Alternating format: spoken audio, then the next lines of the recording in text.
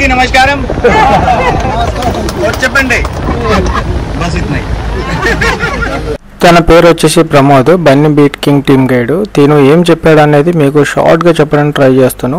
వీళ్ళ ట్రిప్ వచ్చేసి ఢిల్లీ టు ఢిల్లీ ఉంటుంది. ఢిల్లీలో పిక్ చేసుకున్న తర్వాత ఫస్ట్ వీళ్ళు యమునోత్రి టెంపుల్ దగ్గరలో ఉన్న హోటల్కి తీసుకువెళ్తారు. నెక్స్ట్ హోటల్లో ఉంటుంది. Next day early morning 4 o'clock Yamunotri trekking start చేయాలని చెప్తారు.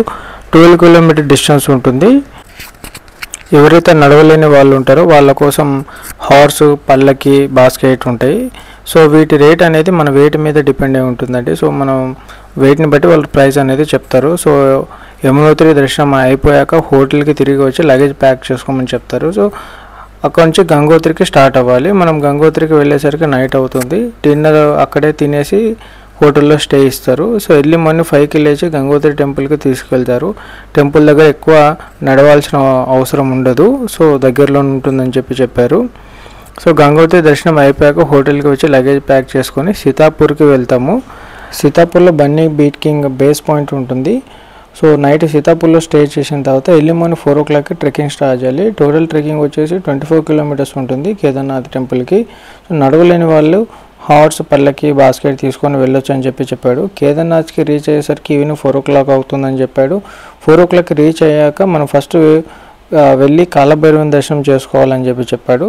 కాలభైరవం దర్శనం చేసుకున్న తర్వాత కేదార్నాథ్ టెంపుల్ దగ్గరికి వెళ్ళి హారతి ఇస్తారు 6 o'clock.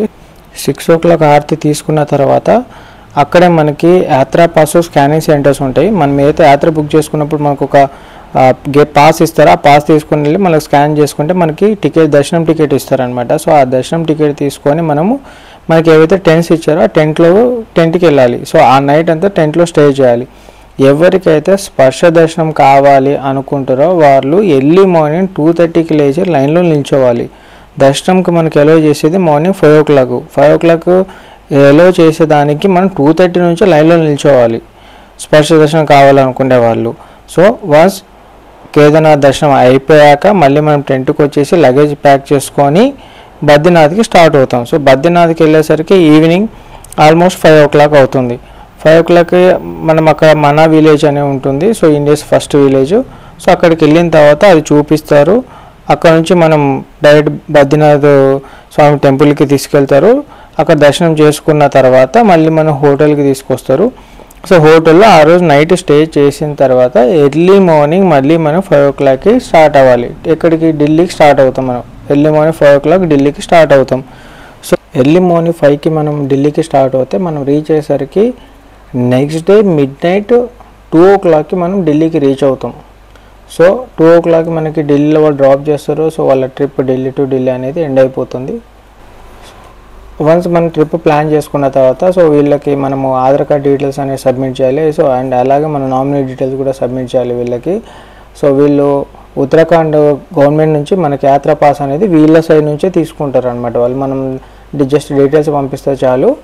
సో వన్స్ యాత్రా పాస్ మనకు వచ్చిన తర్వాత సో దాంట్లో డేట్స్ అనేది ఉంటుందన్నమాట. సో ఏ డేట్కి మనం ఏ టెంపుల్కి విజిట్ చేయాలి అనేది. సో ఆన్ టైం మనము ఆ టెంపుల్కి మనం విజిట్ చేయాలి ఆ డేట్కి. అండ్ వీళ్ళు ఏదైతే మనకు పాస్ ఇస్తారో సో ఆ పాస్ మనము ప్రతి ఒక్క టెంపుల్కి వెళ్ళే బిఫోరే స్కానింగ్ సెంటర్స్ ఉంటాయి. సో ఆ స్కానింగ్ సెంటర్స్కి వెళ్ళి మన పాస్ని మనము స్కాన్ చేసుకోవాలి. సో అప్పుడే మనల్ని టెంపుల్కి అలో చేస్తారనమాట. సో ఇది మాత్రం మనం మర్చిపోకుండా ప్రతి దగ్గర చేయించుకుంటూ ఉండాలి. సో దీనికోసం అని చెప్పి అన్ని ప్రాపర్ ప్లానింగ్ తోటి వీళ్ళు మూవ్ ఆన్ అవుతారు. అండ్ ఇంకొక గైడెన్స్ కూడా ఇస్తారు మనకి.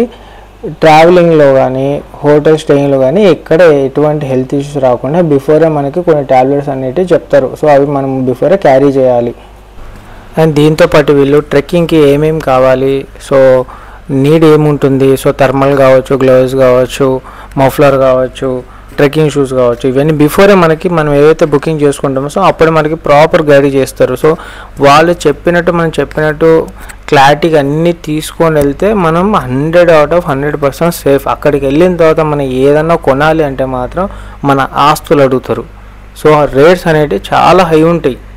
ఈవెన్ నువ్వు కేదార్నాథ్ పైకి వెళ్ళిన తర్వాత వాటర్ బాటిల్ కొనాలంటే ఒక వాటర్ బాటిల్ వచ్చేసి 100 rupees ఉంటుంది. సో మ్యాగీ తినాలంటే మ్యాగీ వచ్చేసి 80 rupees ఉంటుంది. ఇదంతా ఎందుకు చెప్తున్నానంటే నేను ఫేస్ చేశాను కాబట్టి చెప్తున్నా. సో మనం ఒక బడ్జెట్ అనుకుని స్టార్ట్ అవుతామో ఆ బడ్జెట్ అనేది మనకు అన్సఫిషియంట్ అవుతుంది, అది సరిపోదండి. సపోజ్ మీరు ఒక 30,000లో మొత్తం కంప్లీట్ అయిపోతుంది అనుకుంటే 30,000లో అసలు అవ్వదు, అది 100% అవ్వదు. ఎందుకంటే మనం చాలా ప్లేస్కి వెళ్తాము, చాలా న్యూ థింగ్స్ కనిపిస్తాయి, పర్చేస్ చేయాలనిపిస్తుంది. సో ఎక్స్ట్రా అమౌంట్ నన్ను అడిగితే మనం 30,000 అనుకుంటే ఇంకో 10,000 ఎక్స్ట్రా పెట్టుకొని రండి షాపింగ్ వైజ్. కానీ ఒకవేళ మీకు నచ్చలేదు, మీరు ఇష్టం లేదు అంటే కొనకపోతే ఆ డబ్బులు మిగిలిపోతాయి కదా, సో హ్యాపీ. ఎందుకైనా మంచిది నన్ను అడిగితే కొంచెం అమౌంట్ ఎక్స్ట్రా పెట్టుకొని రావడం అనేది చాలా మంచి పని. ఇక్కడ నుంచి నేను కంటిన్యూస్గా వీడియోస్ అప్లోడ్ చేస్తానండి. సో యాత్రకు సంబంధించిన చార్ధామ్ యాత్రకు సంబంధించిన వీడియోస్ అన్ని అప్లోడ్ చేస్తాను, ఒకసారి చూడండి, మీకు ఒక ఐడియా వస్తుంది, మీరు కూడా ప్లాన్ చేసుకోవచ్చు ప్రాపర్గా. Thanks for watching. మీకు ఏమాత్రం హెల్ప్ఫుల్గా అనిపించినా కూడా మా ఛానల్ని సబ్స్క్రైబ్ చేయండి. Thanks for watching. చెప్పండి బస్ ఇట్నా మహాదేవ్ శంభో.